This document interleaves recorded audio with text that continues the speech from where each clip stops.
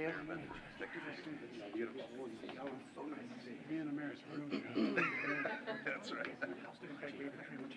Good to see you, man. How are you?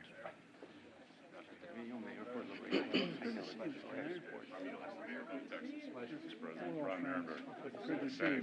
It's good to see you. Good to see you. And where am I? It's good to see you. Where am I? Where am I supposed to stand? Right here. Right here.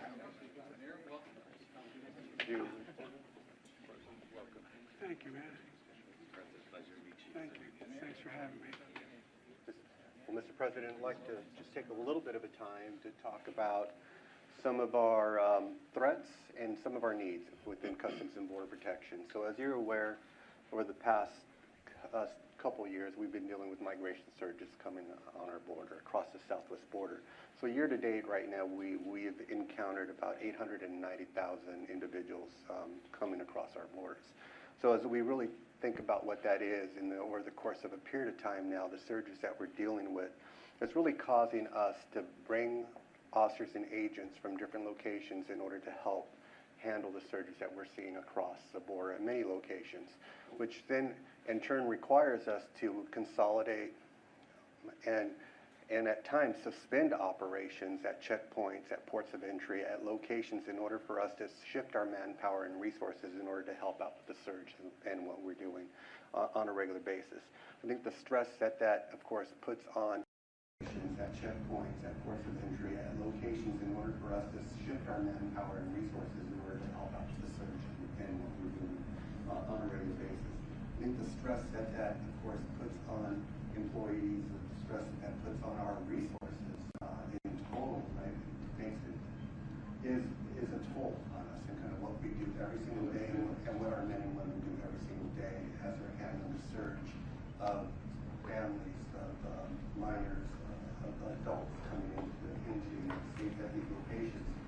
So as we deal with that, we really talk about what our needs are in that aspect. We talk about consequences, and we talk about enforcement, and we heard some of that from the agents out in the field today in regards to delivering consequences and enforcement actions when we're dealing with smugglers and we're dealing with those individuals that are taking advantage of these vulnerable populations and individuals that are coming across the United States. So we talked about the ability to work with prosecutors and special agents, and we talk about the ability to work with foreign countries and our ability to repatriate those individuals that we're trying to repatriate back to the countries that don't qualify for any legal means to be here or asylum process. Those are all aspects for us in regards to how we deal and how we deliver out consequences to allow our men and women to handle the work that they need to be doing and get back out to the field. Some of the things that we've done with that to help ourselves in what we're doing, when we talk about mission, needs, duty, and making sure that we have the right people attacking the right problem set. So we have law enforcement personnel doing law enforcement work. We have administrative work being assigned to administrative type duties. So a lot of the things that we have done and the Border Patrol has done is regard bringing in Border Patrol processing coordinators, data entry specialists, coming to put data into the systems, mission support specialists and technicians in order to help us take care of some of the administrative needs and things that we need to be doing and caring for, but then allowing our agents and officers to get back out to the field in order to perform the work for law enforcement that they do, and they do quite well every single day. In regards to the other threats that we deal with, and we talk about narcotics, and just so far this year we've seized over 8,000 pounds of fentanyl this year. And so when you start, absolutely. So when we start talking about fentanyl and what we're seeing there and our needs are, and what our opportunities are in regards to narcotic enforcement, we'll be talking about large-scale NII equipment and small-scale NII equipment. Today we have 31 large-scale NII in the ground. We have another 26 that are under construction. By the end of this year, depending on budgets and funding, we could have another 43 that starts in regards to getting NII in the ground for what we're doing in order for the detection of fentanyl coming across the border. We're also, K9 is also a huge asset for us in regards to our ability to detect drugs coming into vehicles, conveyances, at checkpoints, at ports of entry in regards to that detection with our K9 units. Or operating labs is another aspect of what we do in order to allow our men and women to be able to identify what they have in front of them, from a product, from a chemical, and how dangerous that is in order to be able to identify that. Those are all aspects of kind of what we're doing from a potential aspect and how we consolidate and really and come together from a checkpoint, from a port of entry, inland, interior, and what we're doing from a potential aspect. Our partners in HSI, obviously an important aspect of what happens next once the seizure happens from an investigative standpoint and a prosecution standpoint on how we do that. I think from, as you heard today from the agents out in the field, resources are a big part of what we need. When we talk about resources, we talk about technology. Our ability to detect is one thing, so cameras and sensors and those type of things, NII, small scale, large scale. Our ability to get to that detection is the next piece of it in regards to our personnel being able to get there. So as we talk about resources, surges, demands on what we're seeing today, and we talk about where we are with the budget and not having a budget as of yet, that really starts to take toll on what our capabilities are, potentially what we can do for the rest of the year here. So without that budget to support the men and women who do this job every day, it constrains what our ability is and what they can actually do every single day for us to make this country safe from a national security perspective and an economic security perspective. Because as you look at what we do not only between the ports, but at the ports of entry, when we talk about outbound weapons seizures, which we almost have 600 outbound weapons seizures that happened so far this year. We $2.3 million worth of currency seized on the outbound side that we've also seized this year at the ports of entry. And we talk about the legitimate trade and flow of legitimate traffic coming into the United States as well. That is an important aspect of how we match both our national security mission and our economic security mission. President, the only thing I'll add is the men and women behind you in uniform.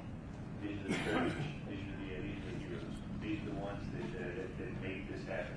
We talk about almost 900,000 apprehensions, and 15,000 of those are criminals and gang members that they have taken off the street. All the narcotics that have been seized, it's them that has done it. They are the story here.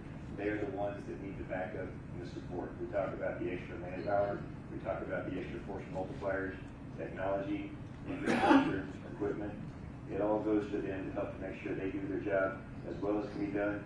And like you and I talked about, sir, to make sure they make it home safe again in their ship. The other thing is amazing is the lack of technology. The cartels and drones up in the sky immediately. Yes, sir. By far. And particularly here in the RGD, we're the leading sector with the detection of drones coming across that border. And the majority of those drones are owned by cartels and criminal organizations, as we've been talking about. Those agents in the field that talk to you today, that's what they express, the need for more technology so that we are able to secure that border and at the same time, increase the officer safety.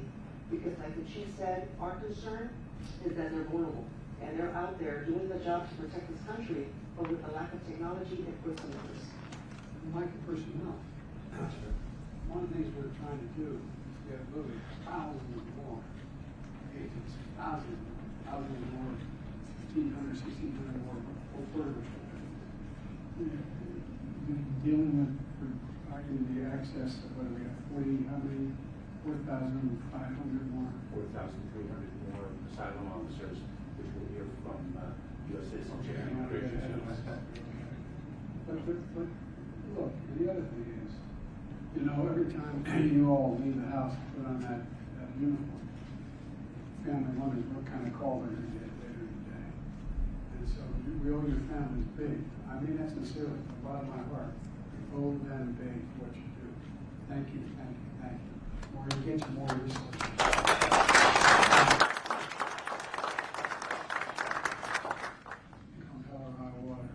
Thank you, sir. We'll move on to CIS. Thank you, man. Appreciate it. It's amazing what you do.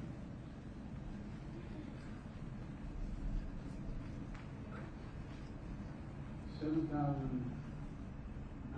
pounds of fentanyl seized. I want to put the American people on how many kids died.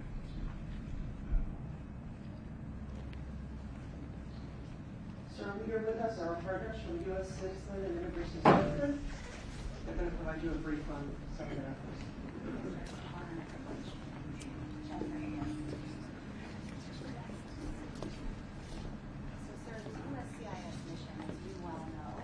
Very narrow at the border, but it is an important one. It's critical, in fact, to the whole process.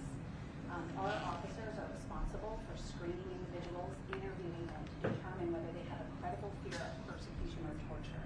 So these are individuals that have been encountered by Border Patrol, they've claimed a fear, and now they go before an asylum officer who interviews them and makes those decisions.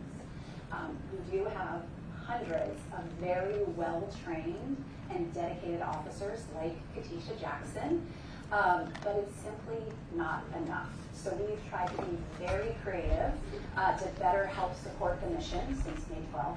So for example, we've leveraged IT technology to create efficiencies, we've leveraged overtime, we've even trained other volunteers from across USCIS to get them trained and able to do this work and support it. We've been very fortunate to be able to complete the highest number of credible fear completions ever in history because of those efforts, but we still need to do more. In fact, when I was an officer, we did 5,000 cases a year. Just since May 12th, over the past 9 months, we've done 71,000 credible fear interviews. But I'd really love for you to hear from Katisha specifically because she lives and breathes this every day as an asylum officer. So I'm an asylum officer at a big asylum office. As an asylum officer, we wear many hats. We are encountering the applicants for many hours in the day. We're running security checks to make sure that they're not at risk to national security. We're getting interpreters to make sure that we can successfully conversate with the applicants. We're doing the interviews where we're eliciting testimony to make sure that they actually have a reasonable or credible fear to be in the country. And we're asking them, why did you leave your home? And what do you fear from returning? Then we start the adjudicative process. And as we do the adjudicative process, we're trying to find out two things. Whether they have a positive, whether they can determine that they do have a credible or reasonable fear, and then we will refer them to the immigration judge to have a full hearing. Second, if they have a negative, then we will make that referral for removal. But I love being an asylum officer. I wake up and choose to be an asylum officer every day. I support the mission. I believe that if we can offer protection to anyone, then that's what I want to do. But right now, asylum officers are so overwhelmed. 71,000 since May 12th is huge. And we need resources, we need bodies. We've had to pull from other areas just to be able to support the mission and do the job. For the last year or so, I've worked 6 days a week doing overtime. I'm not complaining about it because that's something that I choose to do, but I wouldn't have to do it if I had the support behind me. Hey, look, we proposed in bipartisan to get you 4,300 additional asylum officers now. Not tomorrow, not next week, not next year, now. And the idea was most people will border understand. But when you decide, and we're raising incredible spirits, stand as well, if we get this done. But interesting thing is, we talked about what happens if asylum officers conclude they have reasonable fear, concern to be reasonable fear. And they said they're going to see a judge. 5 to 7 years they see a judge. That's exactly That's right, so sir. true, sir. That's So, so I true. mean, it's bizarre. Yeah, that's true. It's bizarre. So 5 to 7 years, and you're supposed to show up, and 70% show up, okay? Now, what happens in 5 to 7 years? Well, who knows what happens? Well, first of all, 30% don't show up, number one. Number two, when they show up, they have families there, everything's expanded, everything's different. If we get you these asylum officers, you're gonna do it in 6 months. Absolutely. And be able to change the dynamic in a big, big way. That's exactly right. But it's crazy. Why? I mean, we have the wherewithal to do this. We have the money to do this. We have the capacity to do this. And you guys have the knowledge to know how to do it. And you say that we don't mind working on I that. don't mind. I don't. Well, God love you. You Well, we finally got to some overtime. Yes, That was a long yes, time, yes. didn't it? Thank you for that. Well, you really shouldn't thank us, thank you. And the sacrifices your families make, I mean, they're real. I wish the average American, I'm not complaining about it, I'm just making the statement, most Americans don't even understand how complicated this is. We think you have a credible fear, we'll see in about 7 years, okay? Maybe 10. I mean, it just makes no sense. Makes no sense. I promise you, we're gonna fight like the devil to get to this bipartisan proposal that Democrats and Republicans supported. Some's happening right now, but we're gonna see if we can clear that up. Thank you, sir. We appreciate that. Really appreciate it. It's so nice to meet you. Thank you. Thank you. At least you got some overtime. Been a bit of But it's not worth it though. Thank you. Thank you, sir. We'll now come over here with our friends from ICE, HSI, and ICRO. Thank you. Gotta stand in my marks. My marks back here. I gotta, I'm still stand Alexis. I gotta be careful what I do. Mr. President, so my name is Daniel Bible. I'm with ICE Enforcement and Removal Operations.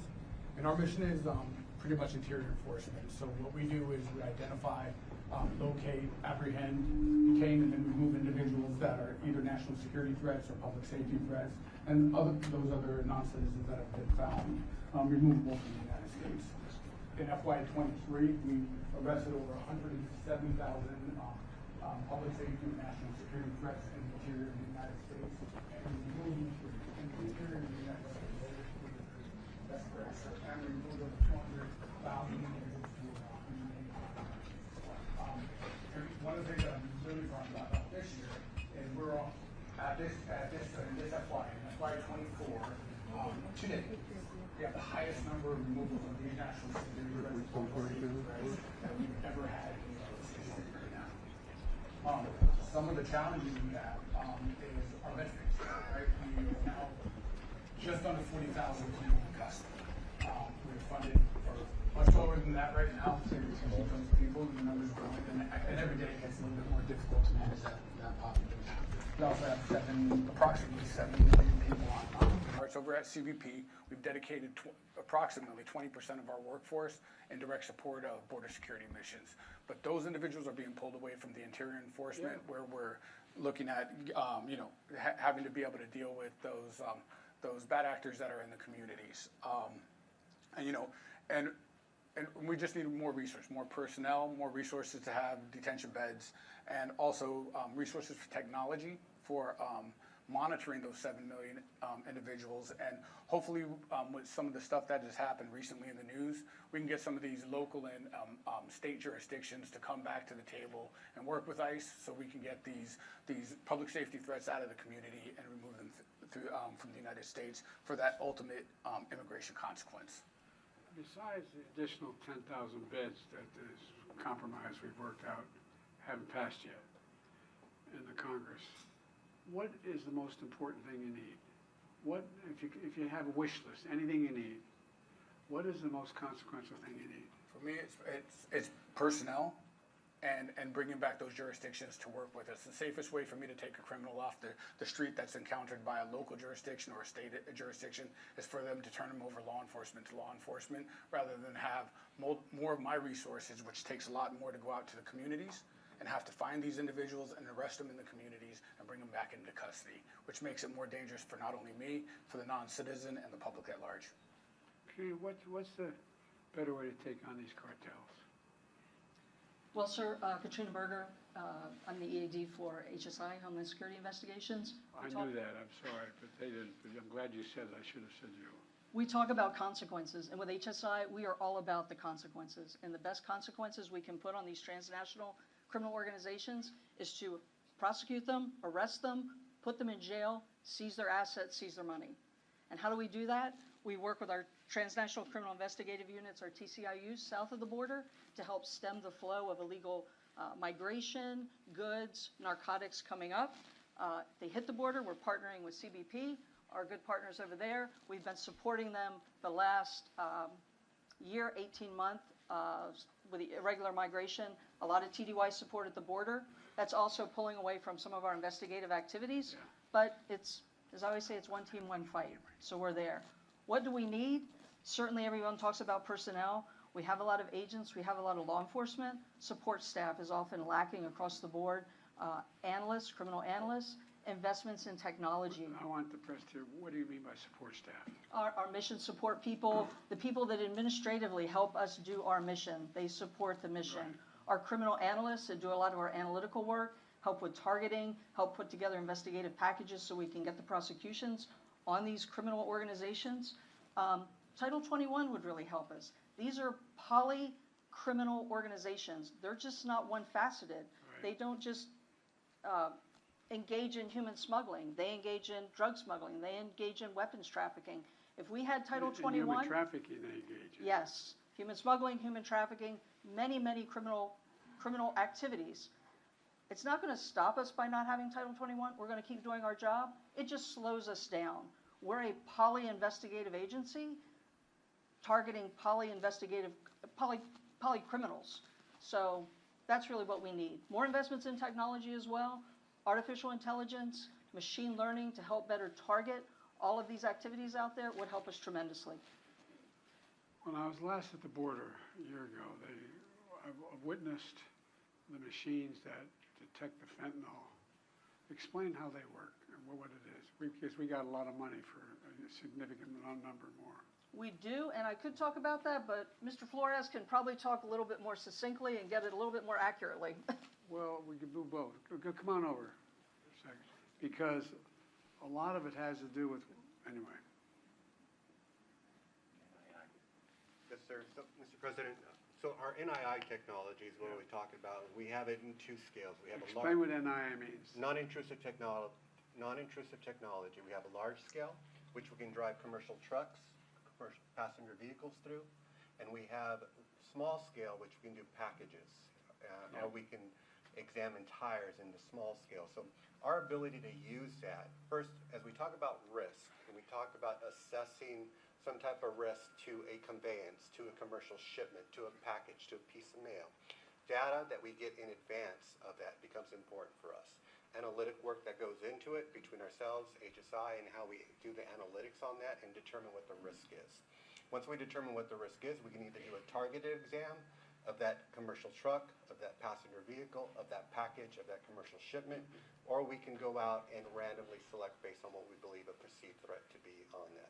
Our ability to run and scan and then have our officers or personnel analytically determine if there's an anomaly in that package is intensive work on our end.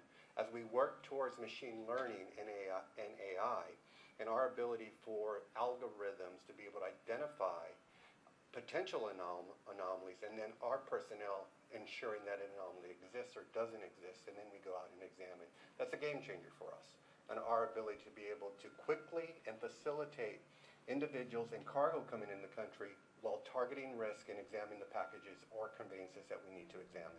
And this, at port of entry, this has occurred as well. Because last time I was here, I remember they were going with, looks like a boxcar, coming across in a tractor trailer. And they had about 80 individuals in that smuggling. Other one, they showed me a significant amount of drugs in it. So I just want the American people to know what we're trying to get done. How many more of these big things are we talking about? The non-intrusive inspection technology under the legislation, we would get more than $400 million to implement more than 100 of those machines. That'd make a difference, wouldn't it? It would, absolutely. And Mr. President, Pete spoke of the construction projects that we have underway for this year. We can't finish those without additional funding. Well, there's plenty of funding there. If we, no, there really is. We can afford. We can't afford not to do this, and we can afford to do it.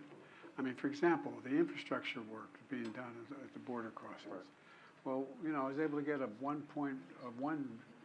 trillion, $200 billion bill passed that has infrastructure money in it. It could be a game changer. And here we're scratching our heads like, what are we going to do? I just admire your not only your courage and your intellect and your judgment, but that you're willing to keep at this. So understaffed. No, I really mean it. It's incredible. It's one team, one fight, sir. I know it's one team, one fight. Easy, all the sayings are worth saying, but I tell you what, getting it done is a lot harder. I think the American people should know just how much combination of risk, work, and dedication there is in trying to get this done. Anyway, it's amazing. It's amazing. Thank you, HSI. Thank you, ERO. Sir, it's time for remarks, and our briefers, I invite you to our seats, and then we'll escort you this way. Okay. Great job. Thank you. By the way, Thank you, sir. thanks. A native Delawarean. Where are you from? Georgetown, Seaford. Georgetown, damn girl. Everybody doesn't understand Southern Delaware first time around here. Boy, where are you from? I grew up at a little crossroads called Hardscrabble. Oh, wow.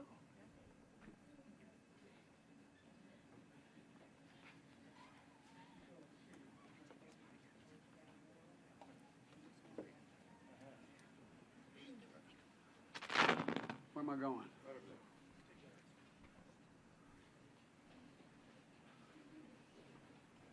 Again, thank you. As my mother would say, please excuse my back. I apologize. Well, folks, good afternoon. Before we start, I'd like to say a few words about the devastating wildfires that are scorching Texas Panhandle and northwest Oklahoma. Yesterday, one of the biggest fire events in Texas history, with more than 1 million acres of Texas land burned. From the start, I directed my team to do everything possible to help protect the people in the communities threatened by these fires.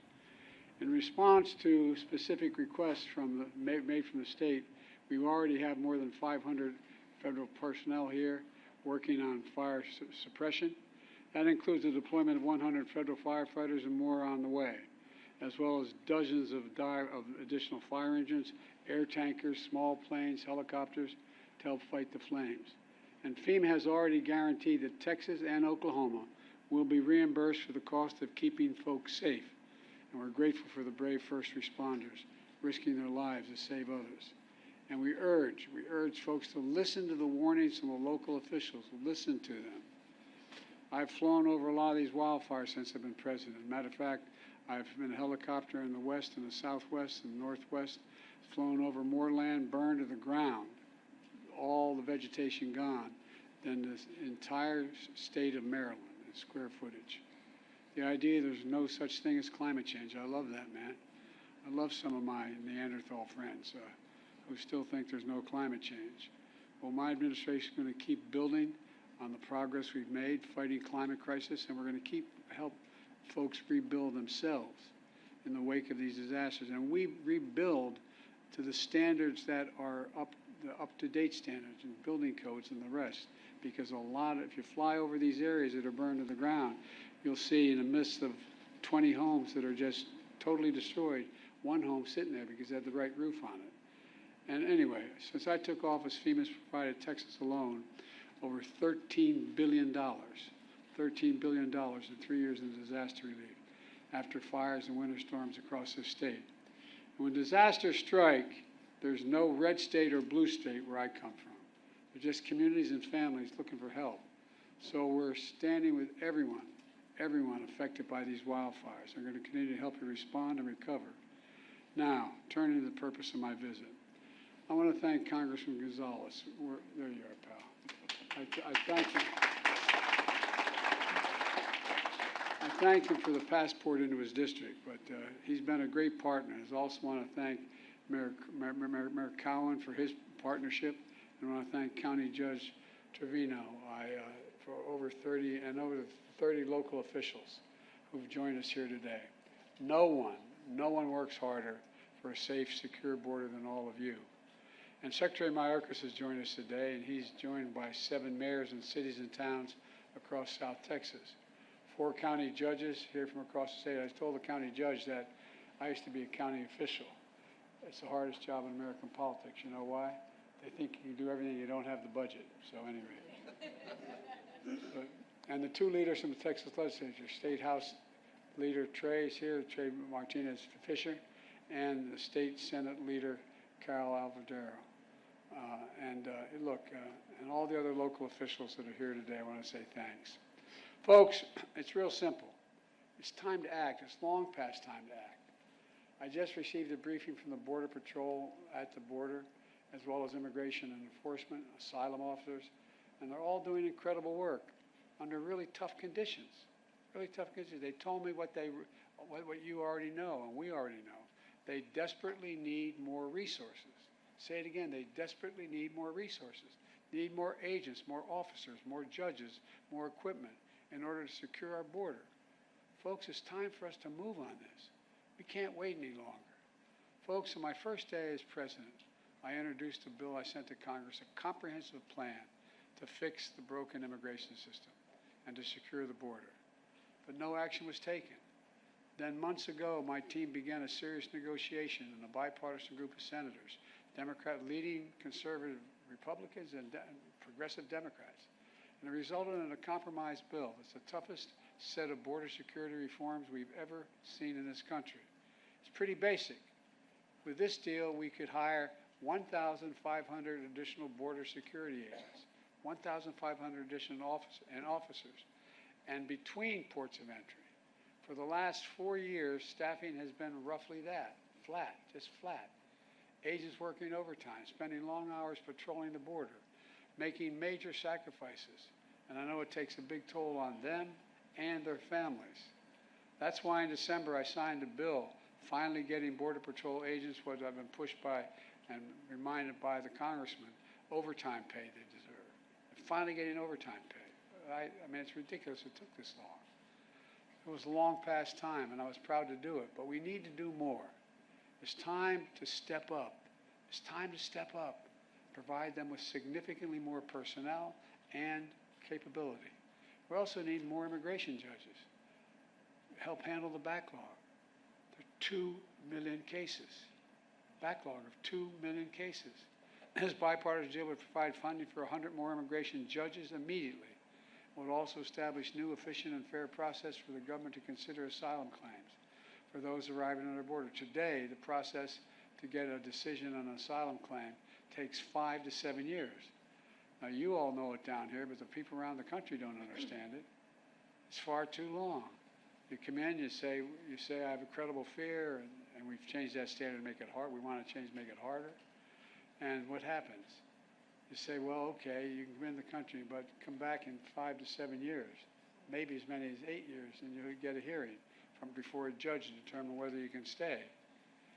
This will encourage more people. This encourages more people to come to the country. If they get by the first, say they got another 5, 7, 8 years before they have to do anything, because they know they cannot handle the caseloads quickly, and they'll be able to stay in this country in the meantime. With new policies in this bill and the addition of 4,300 additional asylum officers, we'll be able to reduce that process to less than 6 months.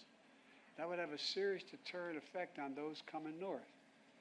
When the criminal gangs say, we'll get you north, what's $8,000? They say, no, wait, let me get this straight. I'm going to go north. It's going to cost me $6, $8, probably closer to $8, I guess, $1,000 equivalent. And I'm going to get there, and in 6 months, they may be able to get rid of me. I don't know, man. 6 months, 7 years, two different things. The person who's thinking about entering the United States understands that cases to be decided in a few weeks or months instead of 5 to 7 years. They're less likely to come in the first place. They're not going to pay the cartels thousands of dollars to make that journey. Knowing that, it will be turned around quickly. Look, then we also need more cutting-edge inspection machines to detect and stop fentanyl from entering the United States of America. A year ago, I stood at the border in El Paso, and I watched these machines at work. They were able to detect everything from fentanyl to weapons to people being smuggled in cargo containers. This compromise bill would provide an additional $424 million for 100 more of these machines and could save lives in the process. This compromise legislation will also give me as president, or the next president, emergency authority to temporarily shut down the border between ports of entry when the numbers of immigrants and migrants, overwhelm the border, straining the Border Patrol's ability to process them. At the same time, at our legal ports of entry, like here in Brownsville, we're making investments in infrastructure. My bipartisan infrastructure law is going to provide nearly $4 billion new dollars to boost security, to ease waiting times at land and ports of entry like Brownsville. And I want to thank again Congressman Gonzalez for helping me get that through and get it passed as the law. That you get the money for example, that's how you got the money for the Gateway Bridge from that fund. Folks, the bipartisan border security deal is a win for the American people. And it's a win for the people of Texas, and it's fair for those who legitimately have a right to come here to begin with. It's a win for the people of Brownsville, and I believe that's why the Border Patrol Union endorsed it. I believe that's why the National Chamber of Commerce endorsed it, not known as a Democratic organization with a capital D. Look, and that's why the Wall Street Journal endorsed it as well. This is a truly bipartisan initiative. That's why the bipartisan South Texas Alliance of Cities endorsed it. Folks, I didn't get everything I wanted in that compromise bipartisan bill, but neither did anybody else. The compromise is part of the process. That's how democracy works. That's how it's supposed to work. Compromise is a very positive step on a critical issue for the country, all those issues for the country. And folks here in Brownsville and all along the border know that. We need to have their backs, your backs. I want the people to understand clearly what happened here. This bill was in the United States Senate. It was on its way to being passed. Then it was derailed by rank-and-file politics, rank-partisan politics. The U.S. Senate needs to reconsider this bill, and those senators who oppose it need to set politics aside and pass it on merits, not on whether it's going to benefit one party or benefit the other party. It's about whether it benefits the American people. It's what the American people deserve. And the Speaker of the House needs to put this bill on the floor, because if he put it on the floor unrestricted, it would pass. The majority of Democrats and Republicans in both houses support this legislation, until someone came along and said, don't do that, it'll benefit the incumbent. That's a hell of a way to do business in America for such a serious problem. We need to act.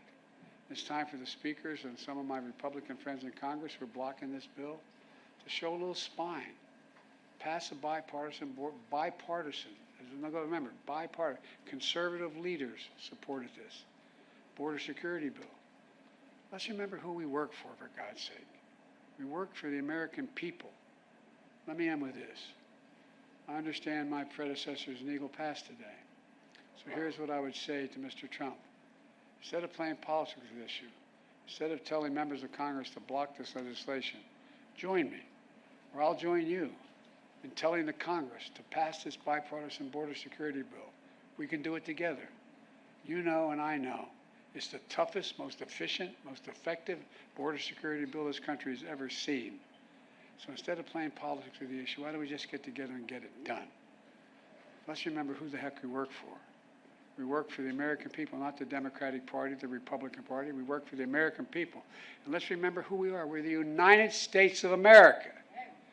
No, I mean this. Think about this. There's nothing beyond our capacity. Nothing when we work together.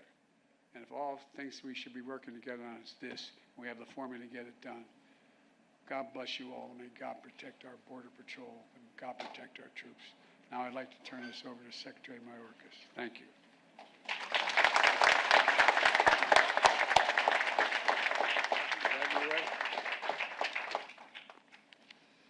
Good afternoon. At the outset, I want to echo the President's words about the tragic fires in Texas and Oklahoma. We in the Department of Homeland Security, especially our agency FEMA, are intensely focused on providing the support, resources, and assistance the impacted residents and communities need. We are grateful to the brave firefighters and other frontline emergency personnel as they combat the flames that continue to burn. Mr. President, thank you for visiting the men and women here at the border in Brownsville, Texas, who dedicate themselves to the safety and security of our country and the enforcement of our laws. The operational brief you received today demonstrated several crucial points. First, you were able to, once again, see up close the extraordinary talent, tireless dedication, and true heroism of our personnel who give so much of themselves every day, many at great personal risk, to secure our border, disrupt and dismantle dangerous cartels and smuggling operations, keep fentanyl out of our communities, rescue victims, and so much more. I'm incredibly proud of the men and women in and out of uniform who serve our country through their work for our United States Department of Homeland Security. Second, you heard about the dynamic and challenging phenomenon of irregular migration we face as our hemisphere and the world experience the greatest displacement of people since World War II. At times last year, 30% of the encounters across our entire southern land border occurred in this Rio Grande Valley sector. Today, we discuss the dramatic changes our partners in the South have helped bring about by increasing their enforcement before people reach the United States border. Third, you heard from DHS leadership about how resource-starved we continue to be. Only Congress can address our desperate need for more Border Patrol agents, field operations officers, immigration enforcement agents and officers, asylum officers, immigration judges, support personnel, facilities, and technology.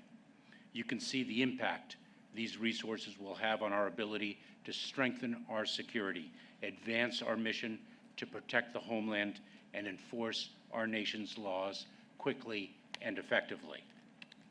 Though Congress has not yet provided the resources we need, DHS will continue to enforce the law and work to secure our border.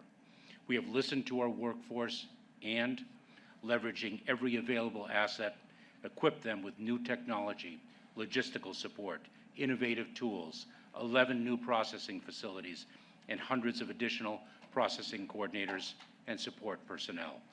We are removing and returning historic numbers of migrants who entered illegally and failed to qualify for relief. Just since mid-May, we have removed or returned more such migrants than in any full fiscal year since 2015. We have provided asylum officers new authority to streamline the asylum claims process, implemented regulatory changes that incentivize migrants to follow safe, orderly, and lawful pathways, and so much more.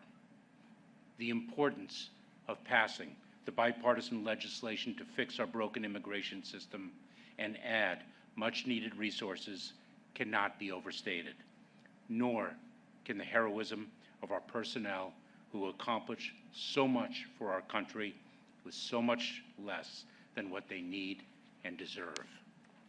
Finally, Mr. President, you heard about the difference that cooperation, collaboration, and communication between federal personnel and local officials can make in the efficient and effective enforcement of our laws. Unlike Texas Governor Abbott's efforts to undermine federal border enforcement, the leaders in Brownsville serve as a model of cooperation in addressing together the challenges that irregular migration present, all in the service of this community and our country. Thank you, Mr. President. Thank you to the public officials here at all levels of government, and thank you to the extraordinary public servants of the United States Department of Homeland Security. It is now my pleasure to introduce Congressman Vicente Gonzalez. Thank you all so much for being here this afternoon. Thank you, Secretary Mayorkas. It is my honor to welcome President Joe Biden to the 34th Congressional District of Texas. Let's give him a big, warm welcome. And we hope this is just the beginning of many more visits to our region, not only in this presidency, but in the next. We want to thank him for such critical conversations that we've had on issues that impact us here and across the southern border. But I can't go by without celebrating the recent over $300 million of infrastructure investment that we've received right here to our congressional district. I know when you travel across the valley, you see this massive infrastructure in roads and bridges, but we've especially have received a lot of resources in expanding our ports of entry, our airports, $68 million to deepening and broadening the Port of Brownsville, which will allow larger vessels to come in and more projects to assure that we continue to compete globally in the next generation. And secondly, I'd like to thank folks who are here today who understand that border security is not a Democratic or Republican problem. It's an American problem that requires real bipartisan solutions. And that's why we must enact legislation that enables us to hire more immigration judges, more agents, more infrastructure on our southern border. And the bill that came from the Senate side, that the bipartisan border security package, would do just that. And it would fix many of the problems that are urging our southern border today. And we need to continue with ideas like that. We need to assure that one former president and a partisan rogue group of members of Congress don't stop this progress and don't alleviate the pressure on our southern border. I continue to urge safe zones in the Congress to create safe zones in places like Guatemala and Panama and possibly Colombia, where migrants can process their asylum claim thousands of miles from our southern border. And it takes the pressure off our southern border, and it assures that cartels don't continue to enrich themselves by trafficking people to our southern border. However, we cannot do this without a bipartisan cooperation, and we need to assure that we continue to nudge that small rogue group of members of Congress, of Republican members of Congress. It's not all of them. It's a small group that are putting a stop on important legislation that could create, could really take the pressure off our southern border and create improved conditions here in South Texas and across our region. So rest assured that I will continue to work with President Biden and members of Congress across the aisle to bring policies that will make things better for everyday Americans, but also secure our southern border. Thank you so much for being here. Thank you to all the stakeholders that are here, that joined us this morning. I could not be more proud than to have all of you here today. So God bless South Texas, and God bless the United States of America.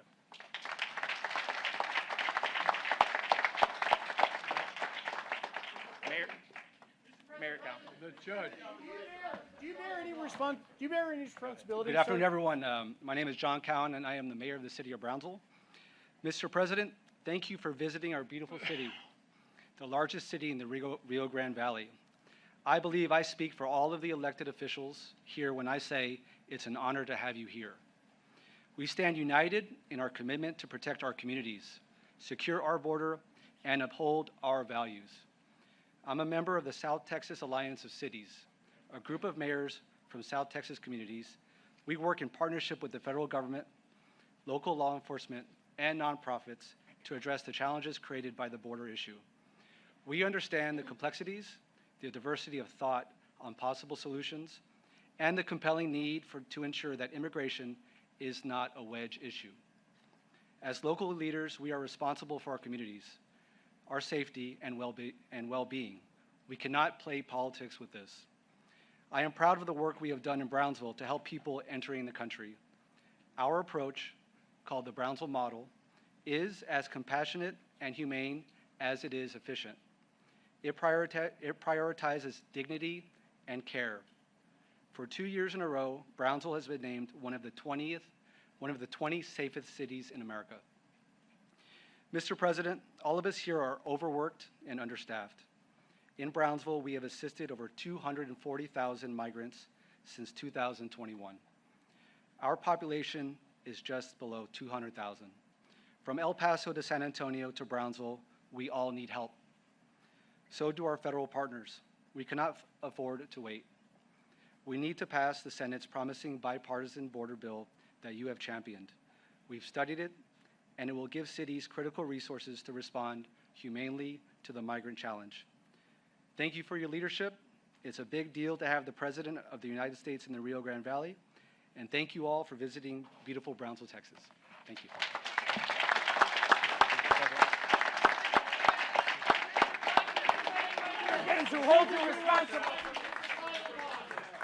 Mr. President, do you bear any responsibility for Lakin Riley's death?